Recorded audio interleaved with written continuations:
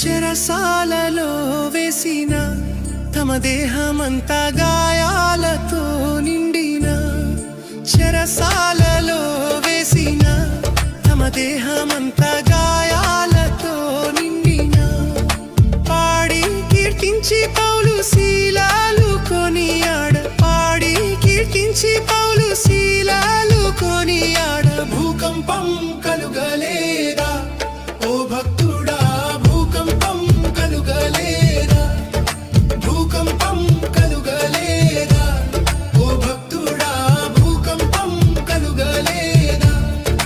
భక్తులు ముగ్గురు చెర నుండి విడుదల కాలేదా, ఆ భక్తులు ముగ్గురు చెర నుండి విడుదల కాలేదా.